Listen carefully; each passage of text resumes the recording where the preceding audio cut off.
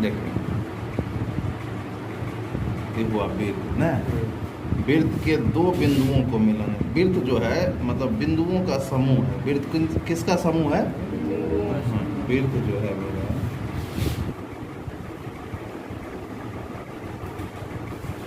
बिंदुओं का समूह। कौन सी है? समूह। इसके एक पॉइंट से जो होता है, बीच वाले पॉइंट से सभी बिंदु की दूरी समान होती है। मतलब किधरों मिला देंगे सब बिंदु की दूरी कौन सी होता है? समान होता है। सभी बिंदु की दूरी क्या होती है? समान होता है। इस दूरी को जो है अपना त्रिज्या कहते हैं। इस दूरी को अपना कौन सी कहेंगे? त्रिज्या।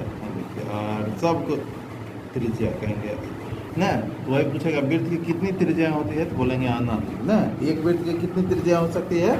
अनंत। अब देखिए दूसरा पॉइंट, ये वृत्त है ना। हाँ, ये इसको जो है अपना सेंटर कहते हैं, केंद्र।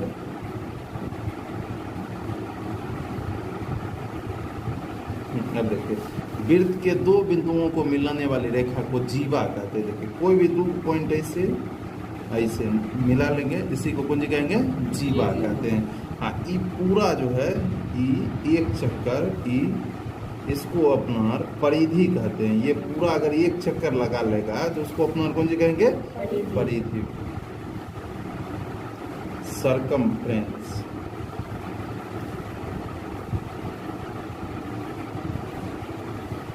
ना तो वही कहता है सरकमफ्रेंस पर कोई भी दो पॉइंट ले लीजिए, कोई भी दो पॉइंट ले लीजिए। आप उस दोनों पॉइंट को मतलब उस दोनों बिंदु को मिलाने वाली रेखा को वृत्त की कौन सी कहते हैं? जीवा, कॉर्ड कहते हैं ना। देखिए वृत्त के परिधि पर, वृत्त के परिधि पर कोई भी दो पॉइंट यानी कि बिंदु ले लो।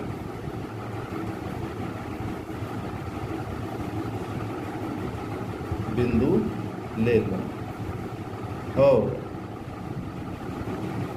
उन दोनों बिंदुओं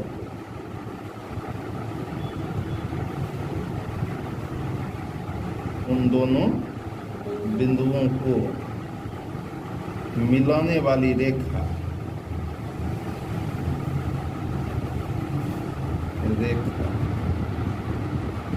वृत्त की जीवा कहलाती है। कौन सी कहलाती है? जीवा, कॉर्ड जिसको कहते हैं अंग्रेजी में। ठीक है। अब जैसे देखिए फिर एक वृत्त ले लेते हैं, इसको हम लोग सेंटर कहते हैं। वृत्त पर कोई भी दो पॉइंट ले लीजिए, जैसे यहाँ ले लेते हैं। एक तुमको मन है यहाँ लेने की, यहाँ भी ले लीजिए। यहाँ भी वृत्त के दो पॉइंट ले लिए, दो बिंदु। और ये दोनों बिंदुओं को मिलाने वाली रेखा वृत्त की कौन सी कहलाएगी? जीवा। कहीं भी ले लीजिए, जैसे यहाँ मन है यहाँ भी ले लीजिए। फिर एक पॉइंट यहाँ, एक पॉइंट यहाँ है, ये दोनों बिंदु, ये भी जीवा होगा। ये दोनों को भी मिलाने वाला रेखा कौन सी कहलाएगा? जीवा ही कहलाएगा। आप देखिए आप जो केंद्र से होकर के जाता है उसको हम लोग व्यास कहते हैं। जो जीवा कहाँ से होकर के जाता है? केंद्र से होकर के जाता है, उसको व्यास कहते हैं। उसको व्यास कहते हैं। देखिए इसलिए होता है वृत्त की सबसे बड़ी जीवा, वृत्त की कौन जीवा? सबसे बड़ी जीवा व्यास कहलाती है, डायमीटर।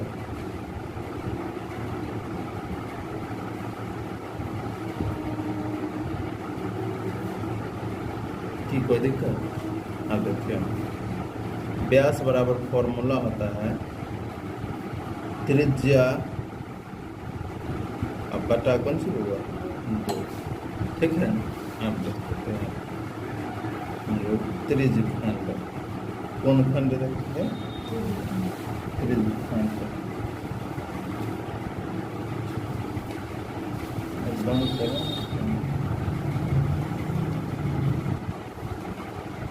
त्रिज्य खंड सेक्टर। देखो वृत्त की दो त्रिज्या, वृत्त की कितना त्रिज्या? वृत्त की दो गो त्रिज्या और संगत चाप से, देखिए संगत चाप से घिरे हुए क्षेत्र को त्रिज्यखंड कहते हैं। वृत्त की दो त्रिज्या और संगत चाप से घिरे हुए क्षेत्र को कौन खंड कहते हैं? त्रिज्यखंड कहते हैं। लिख देते हैं, वृत्त की दो त्रिज्या, दो त्रिज्याएं करते हैं तथा संगत चाप है, इसको चाप कहते हैं, चाप आर्क। संगत चाप से घिरे क्षेत्र को कौन से कहते हैं? त्रिज्यखंड कहते हैं।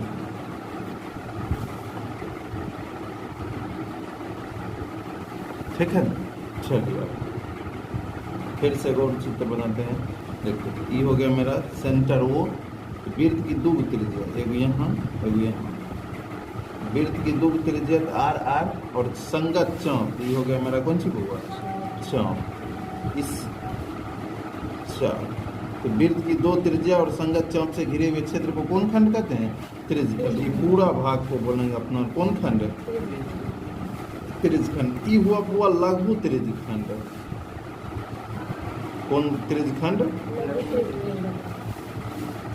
हाँ, लघु त्रिज्यखंड। इसको बोलते हैं माइनर सेक्टर। माइनर। ये जो ऊपर वाला भाग हुआ, ये यहाँ भी देखिए, वृत्त की दो त्रिज्या और संगत चाप न, ये हुआ फिर अपना लघु चाप। ये कौन चाप हुआ? लघु चाप, माइनर आर्क। ये जो बड़ा वाला पार्ट है, इसका नाम रख देते हैं ए बी सी। तो ए सी बी हुआ मेरा लघु चाप। कौन चाप? मतलब छोटा वाला ना। अब फिर देखिए यहाँ अगर अपना नाम रख लेते हैं डी, तो ए डी बी, ये हुआ कौन चाप? दीर्घ चाप, मेजर आर्क। मेजर आर्क, ठीक है ना। ये जो है वो लघु त्रिज्यखंड है। और ये वाला जो है फिर इसमें भी तो हो गया, वृत्त की दो त्रिज्या और संगत चाप से घिरे हुए क्षेत्र को कौन खंड कहते हैं? त्रिज्यखंड। तो ये हो गया मेरा दीर्घ त्रिज्यखंड। दीर्घ त्रिज्यखंड, मेजर सेक्टर। ठीक है, चलिए अब तो त्रिज्यखंड का क्षेत्रफल होता है, त्रिज्यखंड का क्षेत्रफल होता है थीटा अपॉन 360 डिग्री गुना पाई आर स्क्वायर। ठीक है, त्रिज्यखंड का क्षेत्रफल क्या होता है? थीटा बटा 360 गुना पाई आर स्क्वायर। अब देखिए दूसरा पॉइंट पढ़ेंगे अपना, वृत्तखंड। इसको कहते हैं सेगमेंट। वृत्त का वृत्तखंड अगर लिखते हैं सेगमेंट ऑफ ए सर्कल। देखिए ये हो गया मेरा वृत्त ना, ये हो गया कौन सी अपना केंद्र। तो हम क्या कहते हैं? वृत्त पर कहीं भी दो पॉइंट ले लीजिए और दोनों पॉइंट को मिलाने वाली रेखा को कौन सी कहते थे? जीवा। देखिए एक यहाँ पॉइंट ले लिए, एक यहाँ पॉइंट ले लिए, ये दोनों पॉइंट के मिला देंगे तो इसको अपना कौन सी कहते थे? जीवा। Quad A B. तो कहता है वृत्तखंड में वृत्त की जीवा और संगत चाप, वृत्त की जीवा उसी के साथ संगत चाप से घिरे हुए क्षेत्र को कौन खंड कहते हैं? वृत्तखंड कहते हैं। वृत्त की जीवा और संगत चाप से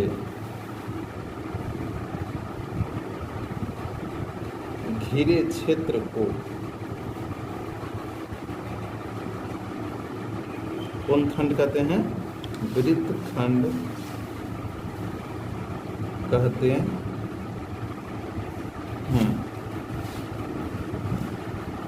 ठीक है, आप देखिए फिर से,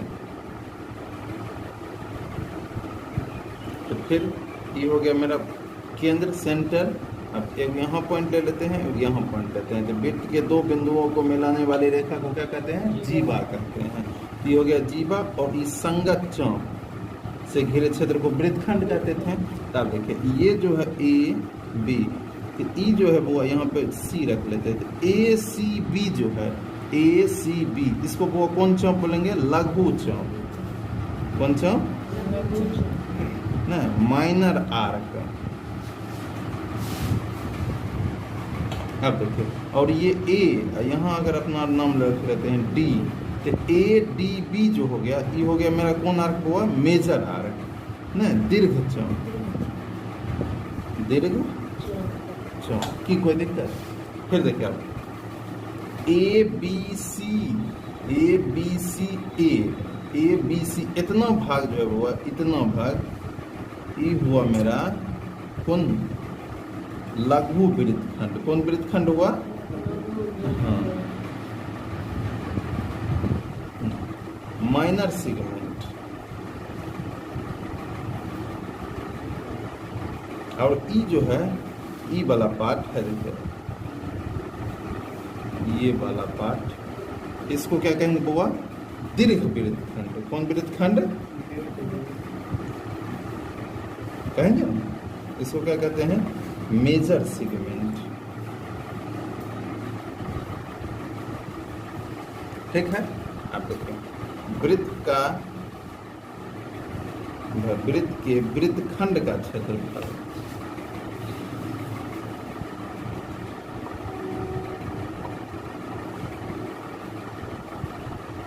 होता है आर स्क्वायर पाई थीटा बटा 360 माइनस 1/2 अपॉन साइन थीटा। क्या होता है? आर स्क्वायर पाई थीटा बटा 360 माइनस 1/2 साइन थीटा। ठीक है, चलिए आगे हम करते हैं।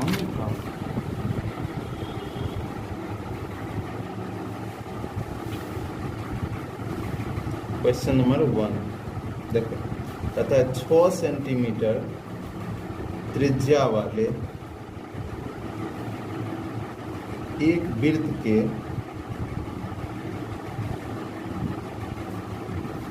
त्रिज्यखंड का क्षेत्रफल ज्ञात कीजिए।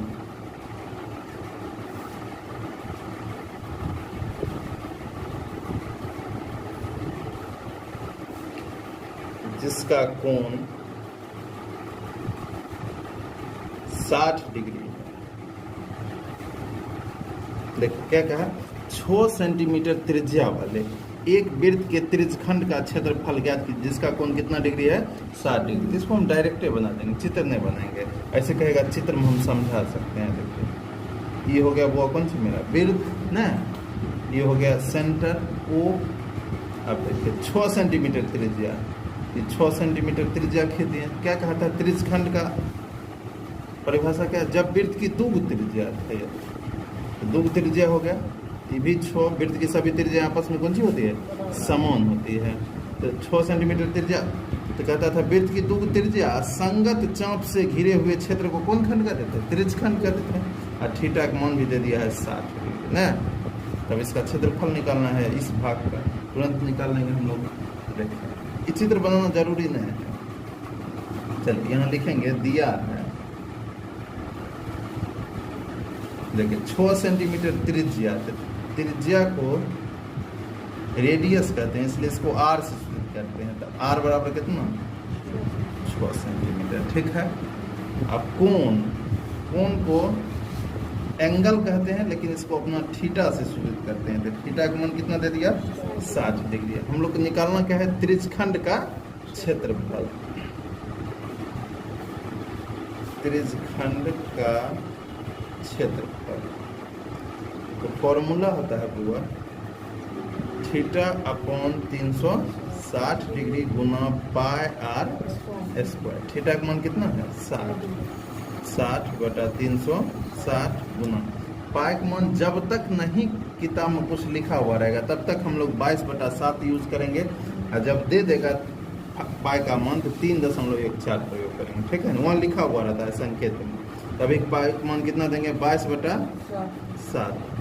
रेडियस त्रिज्या कितना है 6, यहाँ स्क्वायर है तो 6 गुने 6, देखिए E0 6 6 36, 6 6 कैंसिल, 22 6 कितना 132/7। क्षेत्रफल हमेशा स्क्वायर में निकलता है, यहाँ सेंटीमीटर है तो इसलिए सेंटीमीटर स्क्वायर, यही क्या हो जाएगा, ठीक है। चलिए तथा एक वृत्त के चतुर्थांश का क्षेत्रफल ज्ञात कीजिए जिसकी परिधि कितना सेंटीमीटर है 22 सेंटीमीटर। लेकिन वृत्त के चतुर्थांश का क्षेत्रफल फॉर्मूला देखिए क्या होता है। वृत्त के चतुर्थांश का क्षेत्रफल बराबर फॉर्मूला होता है, या तो θ/360 कीजिए, नहीं तो 1/4 पाई आर स्क्वायर।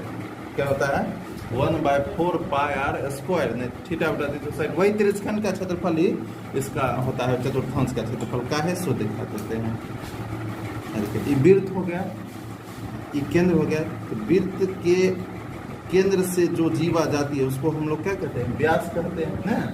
आप देखिए फिर यहाँ से इसको काट दीजिए। अब इस सब भाग को चतुर्थांश कहते हैं हम लोग।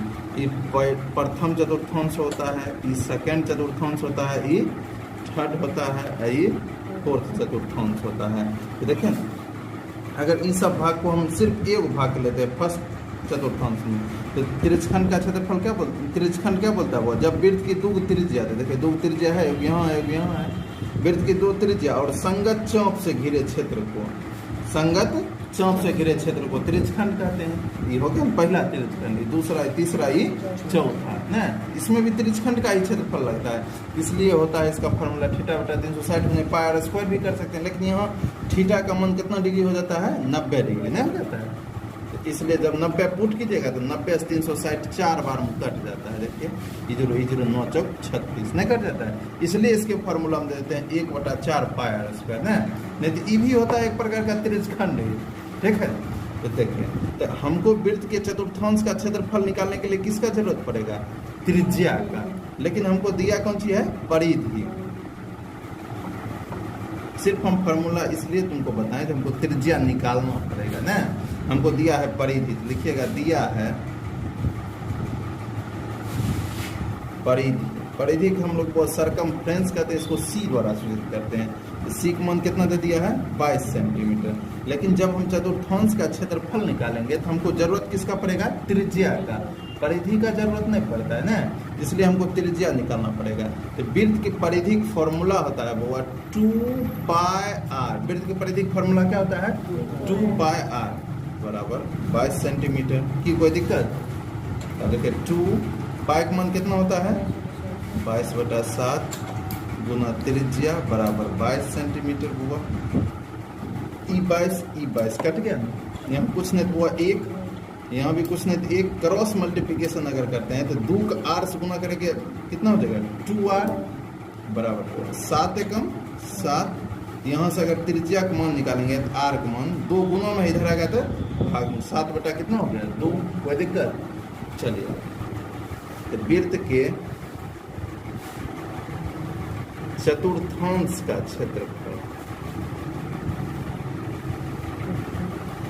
तो अभी हम लोग क्या लगाएंगे फॉर्मूला वही 1/4 गुना पाई आर स्क्वायर। 1/4 गुने पाई का मान कितना 22/7 और त्रिज्या का मान निकाले थे 7/2, लेकिन यहाँ स्क्वायर है क्या लिखेंगे 7/2 गुना 7/2। अब देखिए E7 कैंसर, 2 11 हो गया ना, 11 7 नीचे देखिए 4 दूनी 8 सेंटीमीटर स्क्वायर, यही क्या हो जाएगा